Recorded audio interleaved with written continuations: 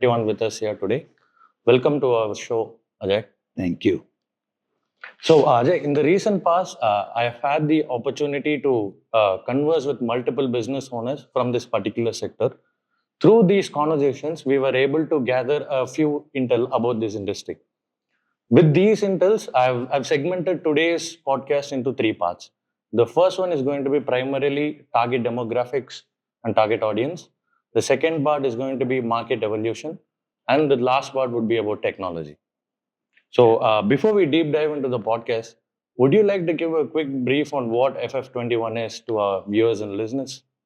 So, FF21 is a co living company where we provide accommodation, but our main focus is on community living and providing a living experience which is unheard of and not seen in many other places that I have seen till now.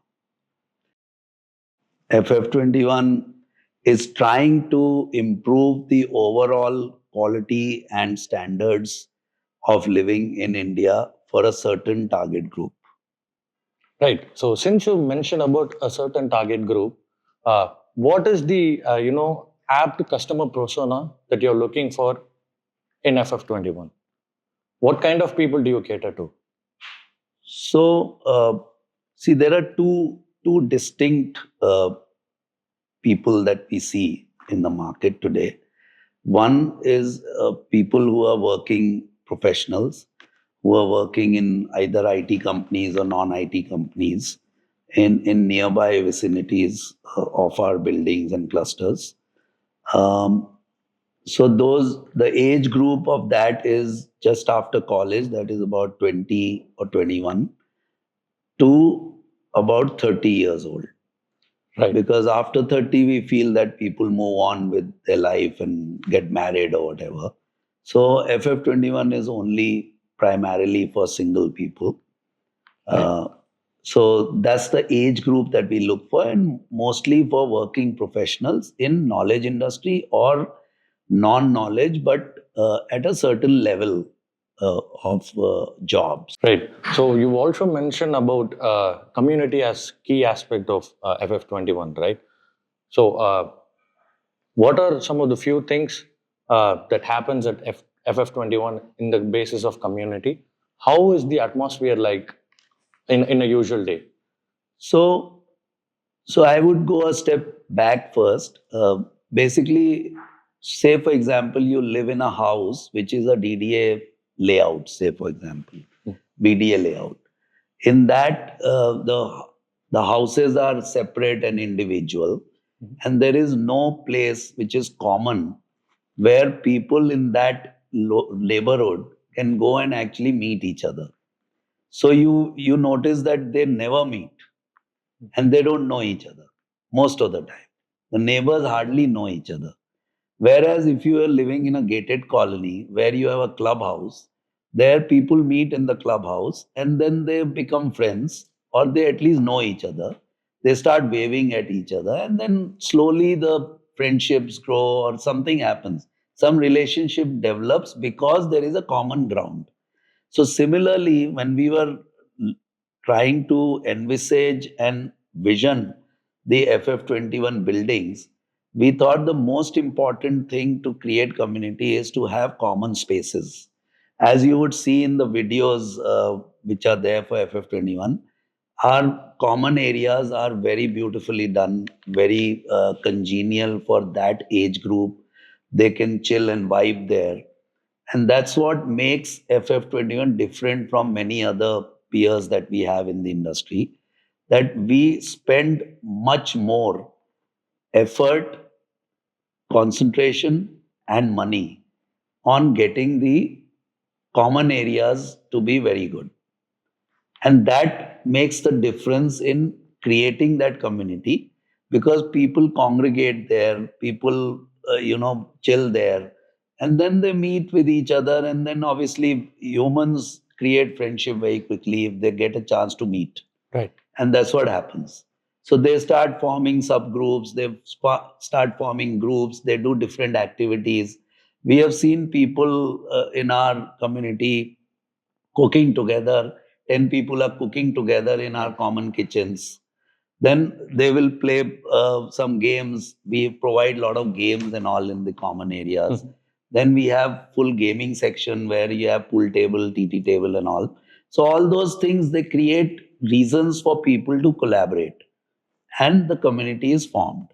Then we have a lot of these community events, like we have parties, we have a lot of other events like canvas painting, lot of things that we keep doing. So we have like a monthly calendar, and with different people having different interests, based on that people collaborate and work together on doing those events. Right. So So the that helps them to keep them joint, and they make a community out of it then. right. So the overall idea of bringing in the sense of community is to make them feel that they have a family around here. Yeah, so like our tagline is where friends become family, and actually literally some friends have become family by getting married in Right. FF21. Wow. So that has happened. And so, at this age, 21 to 30, if you talk to any young person, their life is around friends. Parents are on the back seat. Everybody else is on the back seat. What really matters in their life is friends. And here they are able to find friends, new friends. Lot of friends come together and live. So there's so much time and places that they have within the FF21 building to do things that they like to do with friends. And that makes the community really thrive here. Okay. So we recently did an episode with a company called Cotswold. They are based out of Bangalore too. They are from this build to rent vertical, and their primary USP is privacy. They do have small community activities, but their primary USP is privacy. So for someone who is living in a co-living space, is there an opportunity for them to have some kind of privacy in their daily life? So, see, there are different approaches, and there are different people, different type of people. There is a market where people consider privacy more than community. So, good that segment will go to a place like that. But when it comes to privacy, our people get privacy in their rooms. The moment Right. they are outside their room, there is no privacy. There is community, and that's how we want our places to be. We have gone one step forward, that we have not even provided a TV in the rooms, because we don't want people to be living in their rooms all the time. Okay. So the idea is that they should step out and really enjoy the FF21 vibe by being in the common areas and making friends and enjoying with friends. If they need privacy, they can always go back to their room, and it's completely private. Nobody can enter their room without their permission. It makes sense. Uh, so, while I was preparing for this podcast, I've done a little bit of research. And according to Global Newswire, around 40% of Indians are between the age of 18 to 35. And in that particular segment, around 30 to 35% of them are choosing co living spaces over a traditional renting, as in taking an apartment or a PG. Let's discuss about this rise of co-living space in India and what are some of the key factors that's pushing this. See, if you see a life cycle of a person who comes and checks into FF21, the guy or the girl is coming either from a college or out of first job in some other city or town. I would put maybe 60-70% of the people come from B towns, Right. not from the metros, because churn between metros is less.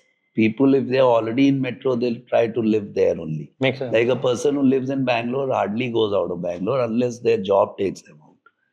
So similarly, so B town people, when they come into a metro, they feel little lost, because it's a different environment, it's a bigger place. They don't know many things about how to live in a metro. and they don't know many people. So when they come in, they feel lost, they feel homesick, and they are stretched on their finances quite a bit. So for having fun, if you have to go to a pub or if you have to go to a restaurant, you have to spend money. So in FF21, what happens is when they come in, they are not lost because our reception is always there to help them with different things, how to get a cab, to how to get a bus, to how to reach their office.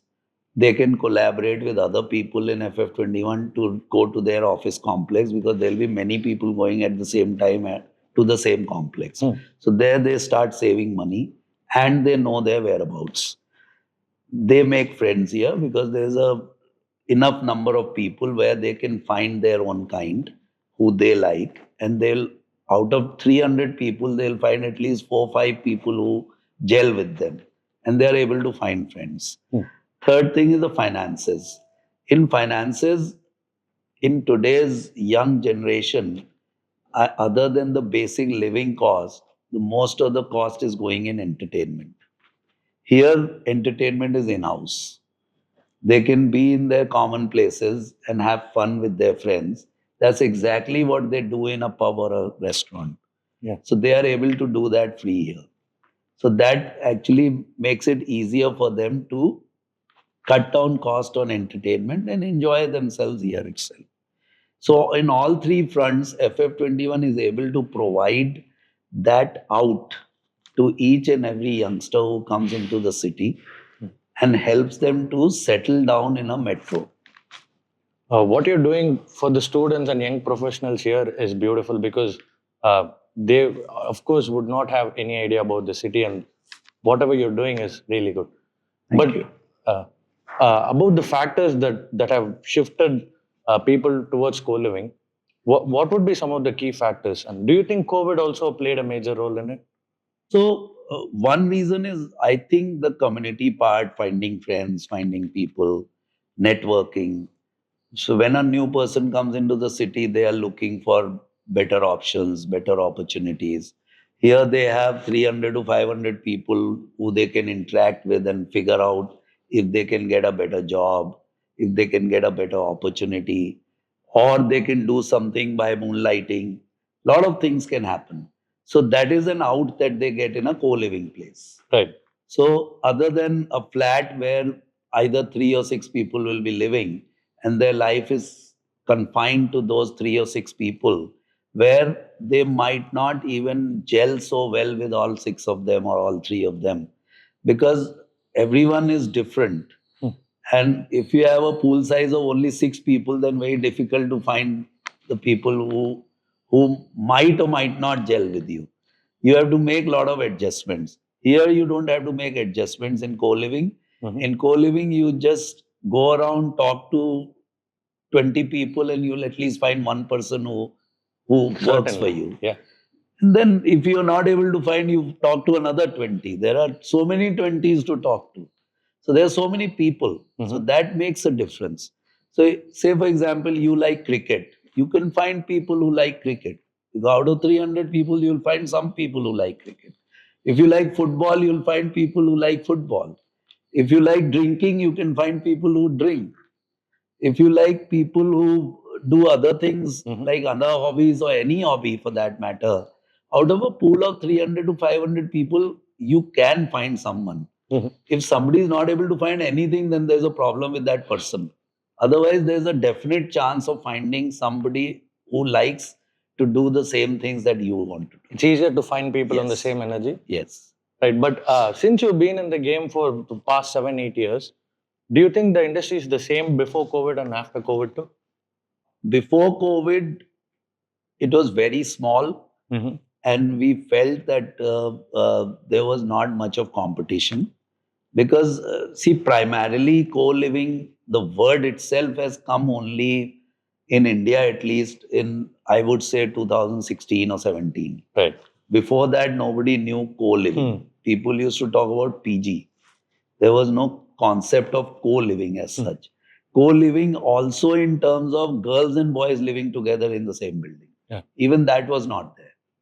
Now, from 16 onwards, it has started. And now we are seeing that after COVID, so many companies have come up. There is a lot of competition, but I always feel that competition is only because there is a demand. If there's no demand, there'll be no competition. Yeah. And if there's no competition, there'll be no demand. Exactly. Because every company generates its own demand. And that's how the market grows. So overall market has grown many folds, I think, after COVID.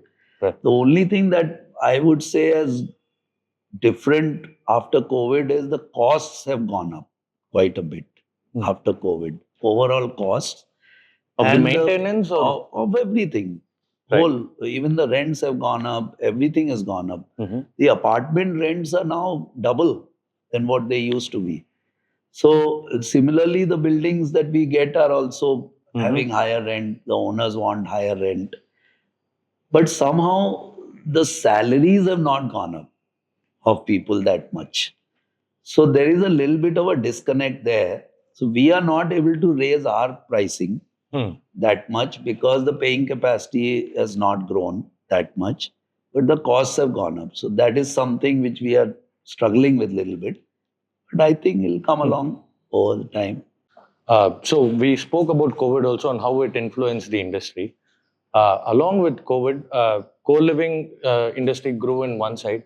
On the parallel side, remote work was also, rapidly increasing. How has FF21 adopted to people who have, remote jobs? So after co-living, COVID, basically co-living did face this huge challenge of work from home because 80-90% of the workforce was still in their own hometowns when we came out of COVID. Then slowly companies started putting their foot down to have an hybrid model. Now what has happened is I would say 70-80% of the workforce has come back, living in the metros, working on an hybrid model, where maybe 3 days or 4 days they are going to office and rest of the days they work from home. Or some companies even allow 2 days work from office. So now what has happened is since they are spending more time at home, because work from home was detrimental to a renting company only if the people were staying in some other town. Exactly. If they are staying in the same town as the operator is, then there is no difference. People still have to find a place to live, right? In the metro. So, in that case, since people are spending more time at home, they're looking for better homes and a better experience at home.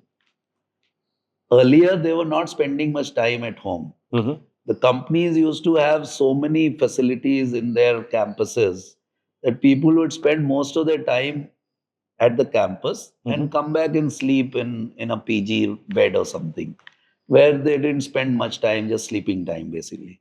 Now that's not the case. Out of 7 days in a week, they are spending at least 3 days to 4 days in a week at home. At home meaning in the co-living. Now, obviously, they want a better experience because they are spending so much time there. So they are willing to spend more also and get into a better co-living place. And that's where I feel FF21 is able to provide a much better option. I've read this somewhere. So contextually, what it meant was humans across cultures, across religions, we all like to admire beauty and we all appreciate looking at beautiful things. How important do you think aesthetic plays a role in setting up a co-living space? Because the place you have has been aesthetically wonderful. So how important do you think for a prospect who's choosing a co-living space, why would he pick a space that's aesthetically better than a normal one? So I'll put a question to you. Okay. Okay. When you check into a hotel or you're looking at a hotel on one of the sites to book, what do you look for? Primarily aesthetics. One is aesthetics, second is their reviews, and third is what is the service quality. Right? These are the three things that a person actually looks at when you're trying to choose a place where you have to spend some time. or you have to live. So in our business, see, there are two aspects of the business. One is when a person is walking in and seeing the place for the first time. So for that, aesthetics is like super important because when they come in and they see a nice place, they feel that this is the good place to live in, and they choose that and they book, right? So that way, for business, aesthetics is very important. Second is when a person lives here, already booked and checked in now, and is living here, then aesthetics at some point becomes landscape. Right. Right? You don't say wow to a room every day when you get into that room. You say it first time when you go in. You say, yeah, man, what a room. But when you go for third time, you don't even look at the room. You're now looking for people, you're looking for hygiene, cleanliness, all those things. So the once a person checks in and has lived here for a week or so, aesthetics takes a backseat. Okay. Because aesthetics, obviously, it should be dingy, but it doesn't matter if it's a wow place or not. Now they are looking for different things. They're looking for hygiene, cleanliness. If you have a very aesthetic place but it's dirty, then a person living there will not appreciate it. So that's where our second role comes in of services, where we provide the services. So aesthetics is required for business to come in, but after that, aesthetics is not the only thing that drives FF21. So, since you've been in the industry for quite some time now, I'm sure you would have also known that all your competitors are catching up with the amenities that you provide, the services that you provide, and the aesthetics part. Moving forward, how do you think you can differentiate yourself from all these players? Because at some point, they're all going to catch up with what's happening in the industry, right? How are you planning to differentiate yourself? See, this is a brick and mortar business. It may be tech enabled, but it is a very physical brick and mortar business where day in and day out servicing is required. So I'll tell you, I won't name the company, but Right. I went to see one of the co-living companies building. So we booked and all that on the website, the visit and all that. Did they know that you own Yeah, yeah. FF21? No, they didn't know we are Right. founders of another co-living. We went as a customer to check out what's happening in the market, which is a common thing. Everybody does that. So we went and we wanted to check out the building. So we went on the website, booked our visit, and we went there. We were standing there for half an hour. Nobody was even there to take us inside the building. Then we found someone and we shouted at that guy, ki, why you're not letting us in or anything. He said, the sales guy will come and take you in. I can't take you in. So the point I'm making is that that may be one-off thing that happened. It's not like they are not doing a good job. It's just one-off thing. But what I'm trying to say is the differentiator is going to be services, not aesthetics. Right. Aesthetics can only take you so far. When you go to a restaurant, you might go to a restaurant first time for its aesthetics, for its, decor, all that. But if the food is shit, you won't go there next time, right? Definitely. And the full co-living business works on word of mouth. We may do as much marketing as possible, but still our referral program and the word of mouth is the highest grosser in getting new people. Right. So if I do not provide good services, there is no chance of we being referred by our existing customers. Right. So customer retention is Customer retention and customer referral is only possible through good services. And that's where we make a huge differentiator in the whole industry. FF21 is just not about aesthetics. It's about services. You ask our residents, you've been here 2-3 days trying to do this. You might have talked to some people. Ask them what our services are. If they like our services. if we care about them, if we think they are human beings. Hmm. I mean, sorry to say, but in a PG, sometimes I feel they don't even think they are human beings. The way the services are being rolled out to them. Right. So that's sad. That's very sad. Definitely is. Yeah. So anyway, what I'm trying to say is that the differentiator is services. Mhm. And services is not something you design and stick on the wall. It's a day in, day out, 24/7 work Hmm. to keep your team motivated to provide those services and provide them effectively. Right. So, services is one of the key factors for you to differentiate between the other players. Do you also think that FF21 being technology enabled is another primary cause for expanding your business and also differentiating yourself from the other players? So I don't think a business can be scaled without technology. This kind of business, especially where 24/7 servicing is required. If we don't have a proper ticketing system, how the hell we will service? If we don't have proper finance system where our bookkeeping is being done, billing is being done properly, all that, how the hell are we going to manage the uh, 2000 bills that have to go out every month? And every other day there are purchases happening on the app. So, I mean, without technology is Right. हाथ से थोड़ी चलेगा काम. We cannot do that, right? So similarly, in everything, even in sales leads, I mean, we get more than 10,000 leads a month. Now, 10,000 leads a month without a CRM, how do you handle it? I mean, there's no way. You'll lose 9,900 leads, right? Definitely. You won't be able to even contact them properly.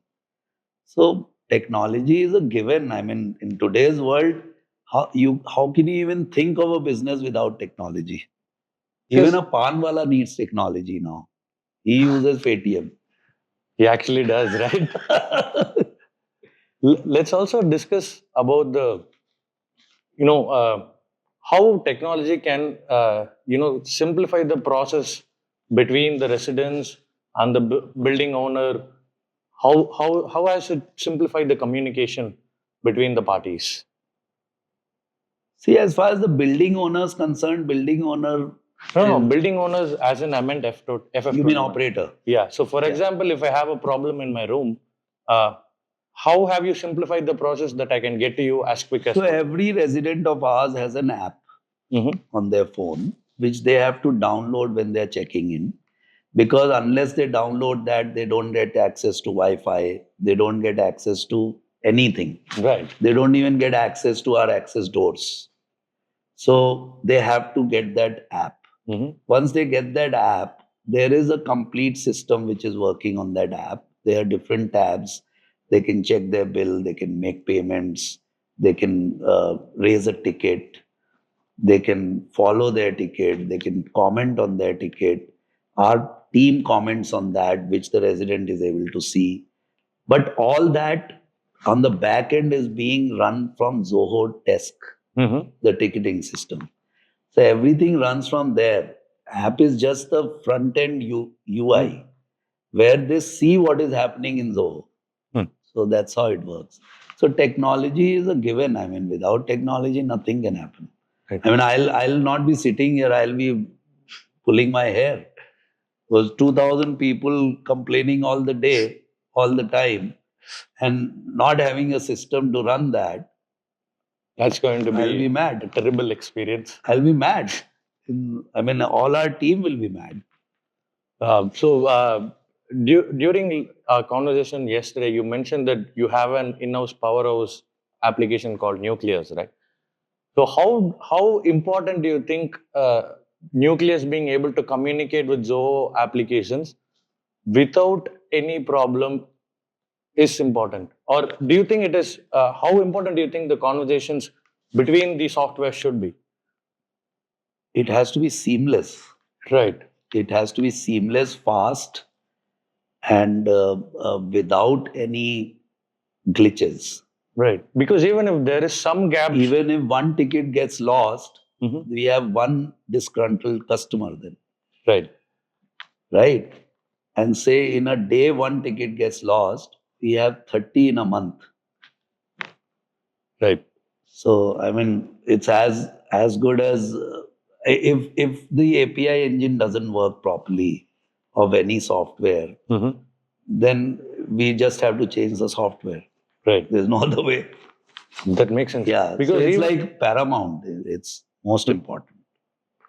even if there's some gaps left between these applications, that would cause total disruption in terms of bookkeeping or in terms of strategizing your Yeah. I business mean, itself, right? it has to be seamless. If it is not, then either you change the system or you create backups in the Mm-hmm. sense that if something gets missed, it's automatically the system is able to, generate a, a cause, an issue about it, and then that is settled by the developers, Mm. something like that.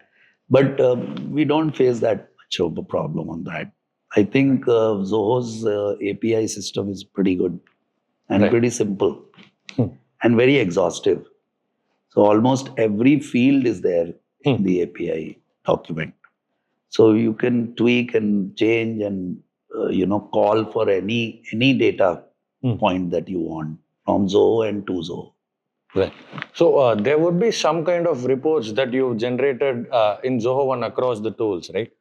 Now I have two questions. How has these tools helped you predict something that is going to go wrong and plan something better earlier?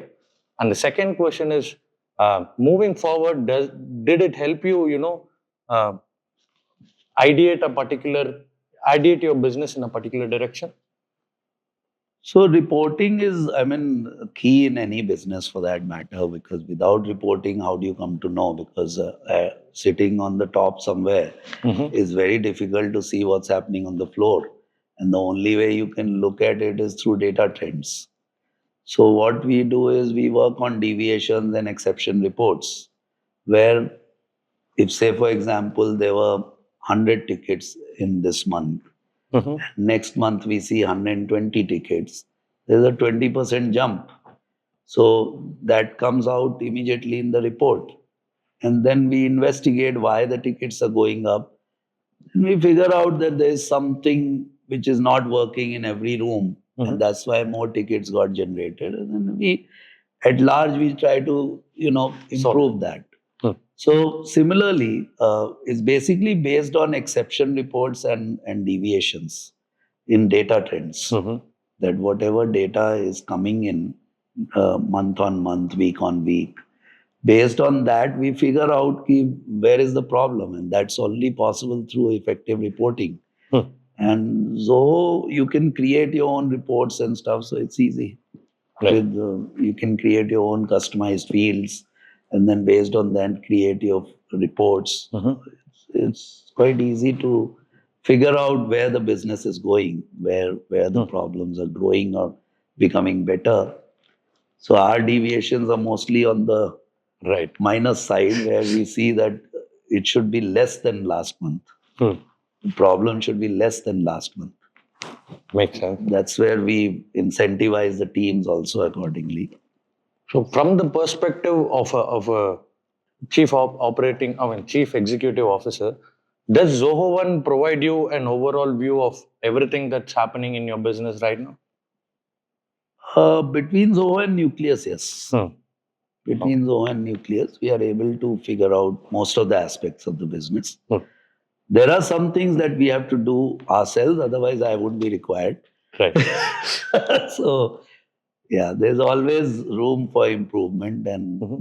more information is required. So, we keep working on new reports and stuff, Mhm. but yeah, most of it is covered.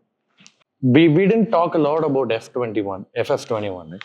What is the story of FF21? How was it formed? Where are you from? How did this happen? So, I've been living in Bangalore for many, many years, more than 20 years now. So, we as a family, I mean, my family and me Mhm. used to run a serviced apartments complex Okay. earlier. So it was a hospitality business basically, where we were providing um, accommodation for people who were recruited newly into these companies. Mhm. And ideally, a company gives a cool over period Mhm. within the metro for 14 nights or 10 nights, depending on the company policy. And that is given on company account to Okay. every new employee that comes in. Mhm. So we had a lot of good big companies as our customers. Mhm. And those people used to come and live with us. And these are all coming from different towns, different villages, cities in the country. And they would come and stay. And then the first camaraderie, the first community was formed within those people. And these were groups of 200, 300 people Damn. who used to come. And they would stay with us, and then they would approach our front desk asking if you know some PG, if you know some broker, because they have to find a home.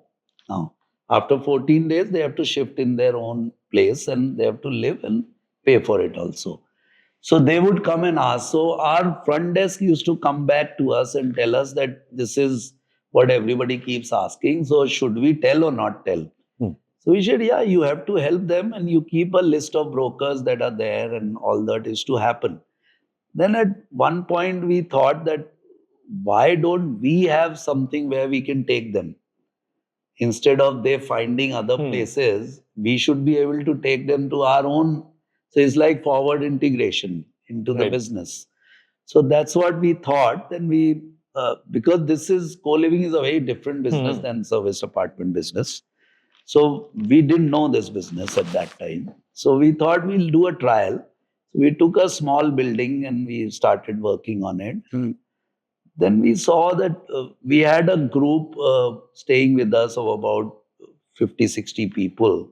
And we mooted this, property to them. Mhm.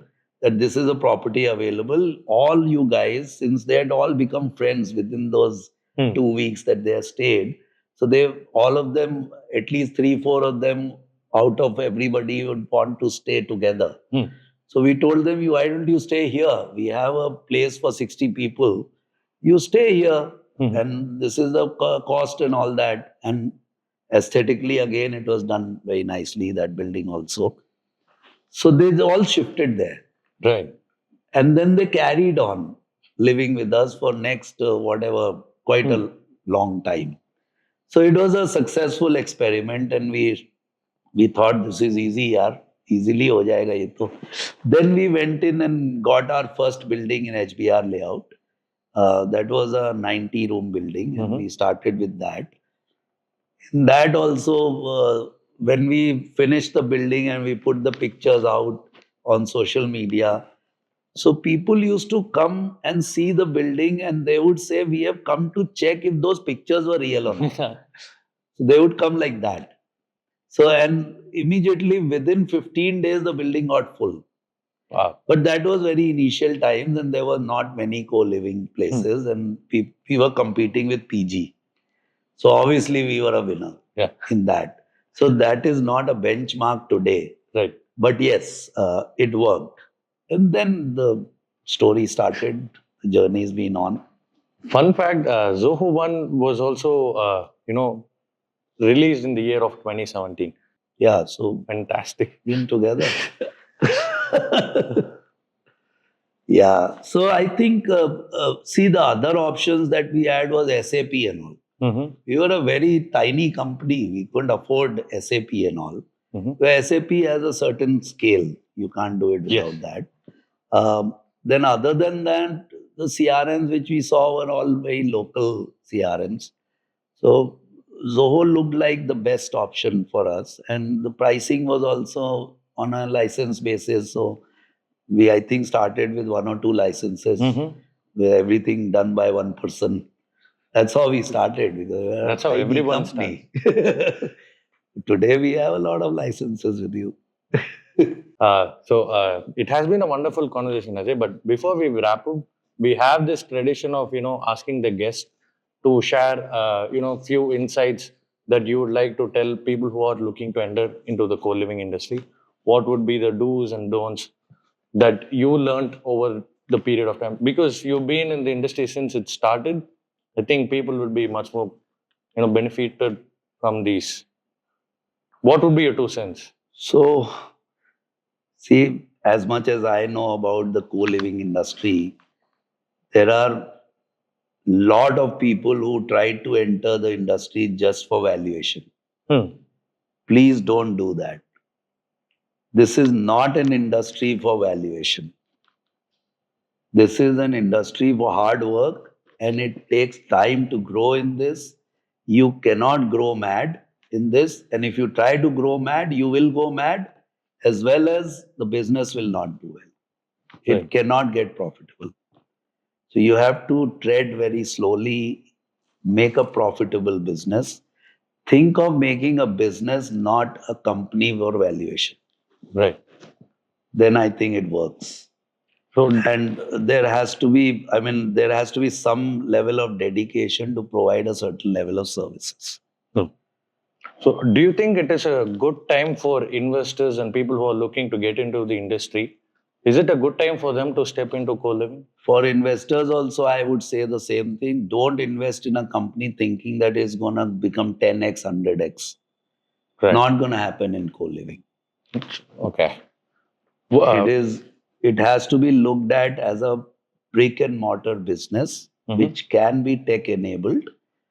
And I think when an investor is looking out for founders who can run a profitable, successful co-living business, is how adaptive they are towards technology, because that's the only way you can scale co-living. People who are not very conversant with technology will not be able to scale in co-living. Right. If you have the right technology, you can scale at a certain pace, but not like the eyeball business. This is not an eyeball business. Ajay, I've met a couple of business owners from various industries, and one thing I've learned from all of them is, of course, making money is one of the primary goals, but having a vision that would do good to the society in a larger scale. Those people are all, they always survive and they always win. What you're doing with FF21 is also very similar to doing good to the society. So thank you for having us here. We appreciate having you on our show. Thanks for your time. Thank you. Thank you very much. Thank you.